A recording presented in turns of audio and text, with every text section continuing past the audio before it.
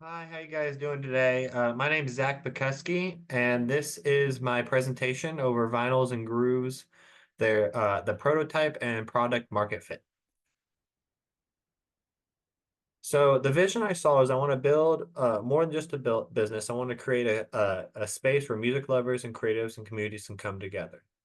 So what Vinyls and Grooves is it's a speakeasy slash vinyl shop where we'll sell a lot of physical media, band memorabilia shirts, and so by day they're the vinyl shop, and then by night it's a concert venue slash uh, nightlife event. So it can go anywhere from country to rock and all the genres.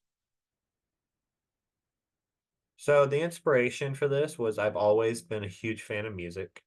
I have actually thought of this when I was in middle school and first learned what speakeasies were in the 1920s and thought how cool of an idea of a secret bar is.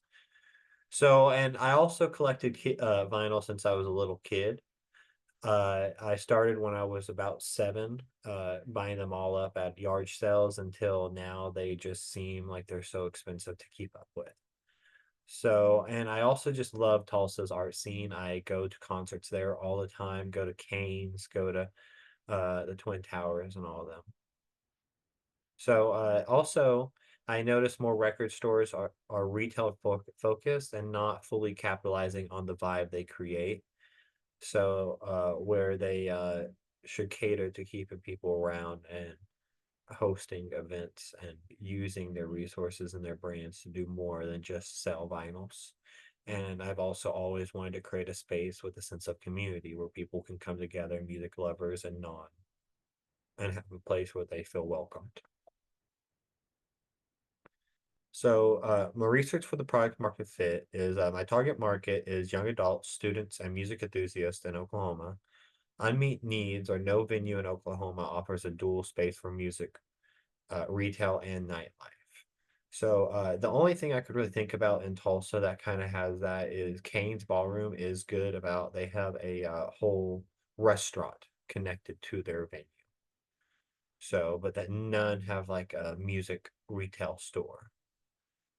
And then value proposition, nostalgic retail meets nightlife, which it's always cool to play upon that nostalgia. I've noticed a lot of those arcade bars are very popular and play on that nostalgia when they meet nightlife and very profitable nowadays. Minimum viable product, vinyl shop by day, speakeasy by night. I think it is a very viable and cool thing. User experience. I want a retro, warm, and welcoming vibe when you walk in with a strong branding. And intuitive layout is very important where it works, it flows, it everything has a purpose and meaning where it goes. So this is the prototype. I asked ChatGPT, I'm not an artist, of if I described what I wanted a speakeasy and vinyl shop with a secret entrance where it comes out and you'll have a music area and lounging. And I think this encapsulates the sound and vibe I want. I want that kind of dark 20s glow. And I love jazz music. So I think this is a good representation, good starting vision of what I see when I think of my idea. Selected minimal features. The hybrid concept fusing two like-minded businesses. And we also will exclude food service, recording studios, and major inventory until profitable. One of the big ideas I have is I always wanted to have like food in the restaurant where people can see a show and they can eat, and you can even do like theater productions there. And I also wanted to give small and indie bands a place where they can come and they can record their music together, and it's cheap and it's affordable, and it gives kids who don't have the resources to record their music and make their sound possible. So that's something I see in the future with this, but I can definitely put away until I can grow the business enough.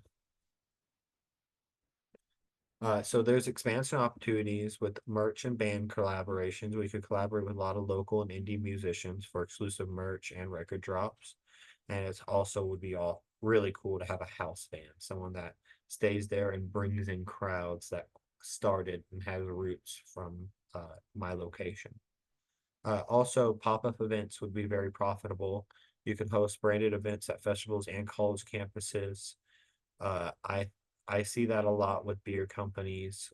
Uh, I noticed it with the commencement in OSU that we had a lot from I think it was Iron Monk created it and they had their name plastered all around, which was pretty cool to see and a good idea. Expansion also is you can launch new locations across different cities in the US, especially like cities like Nashville or LA or Dallas, Austin, some places that have rich in music background would be preferably, and that would be really cool to see. Possible problems is zoning and licensing. It would be a little difficult. Running a retail and music venue may require dual permits, which permits are just a hassle to jump through. Security needs to be tight. Control of age, alcohol, and crowd size. It takes one incident to ruin your whole bar. So that's got to be one of the most number one priority.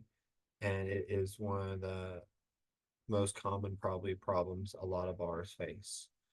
Inventory management may also be a difficult to balance retail and event stock with alcohol and all the musical gear. A lot of those come from different companies, and you can't just get it from one source, so it makes ordering that more tedious of a job.